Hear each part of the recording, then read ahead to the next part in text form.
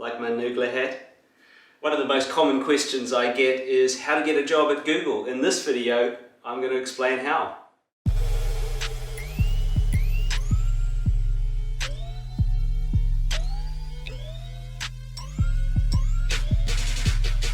Okay, 5 quick tips. First, start with understanding your why. What's your passion?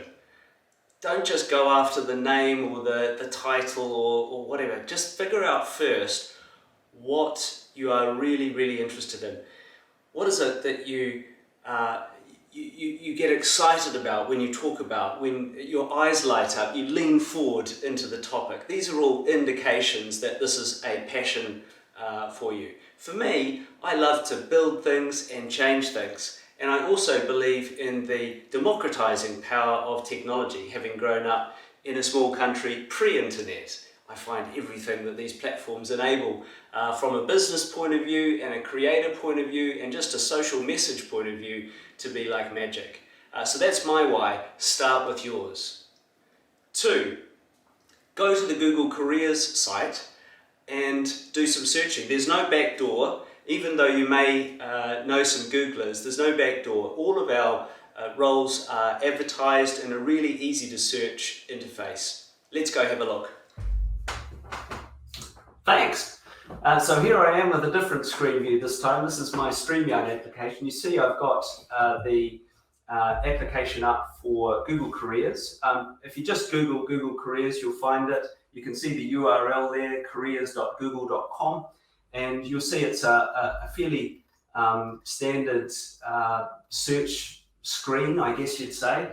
And you can put in some, let's say you're interested in digital marketing, digital, helps if I spell it right, marketing thing. There we go.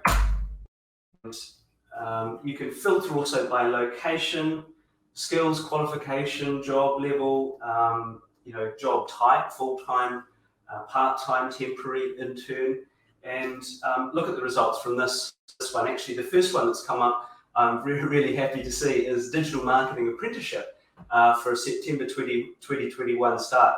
Apprenticeships are open for high school level and aged people. Generally, they come straight out of school, sometimes 18, 19 years old.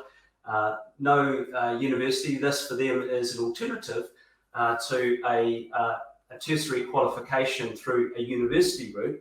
It's a vocational qualification. So you get paid, you get on-the-job experience with Google, and in this case, we partner with providers around the world so that you end with a formal qualification. It's a fantastic option, really encourage that. You see the requirements there. Social media manager at YouTube. This one looks like a German-speaking role. Strategic partner manager, channel sales, Google Customer Solutions. That's our small and medium business channel, etc., etc. Some of these role titles might not make too much sense to you. So if that's the case, if you know a Googler, hit them up and say, hey, I've seen this really interesting role that I'd quite like to apply for, but I'm not quite sure what the title means or maybe what level of seniority is, and he or she can usually explain it as I just have on this one. So back to the main video. Okay, hopefully you've got a few roles there that you're interested in and you're ready to hit apply. So go ahead and apply. It'll ask you to attach a CV. Think short. We all look at a number of CVs, so we generally skim them pretty quickly, even those who are taking through the interview cycle. If I'm interviewing a candidate, I will review their CV, but I'll do it super quickly. So 1 page is a good rule of thumb. I generally scroll right to the bottom, because that's generally where it is, and read what you've done outside your work and your education. Keep in mind, you don't need to have gone to university or even a great school.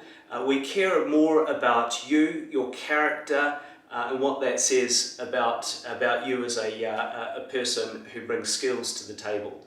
So think about what you've done outside work. It could be a sport, it could be climbing a mountain, it could be touring around the world, working for a charity, playing a musical instrument, Whatever your interesting factors, your wow factors are, really lean into that. It tells us a lot more about you than what you've done at school, university, if you've been to university, or at jobs previously. Fourth, persevere. We get millions of CVs every year.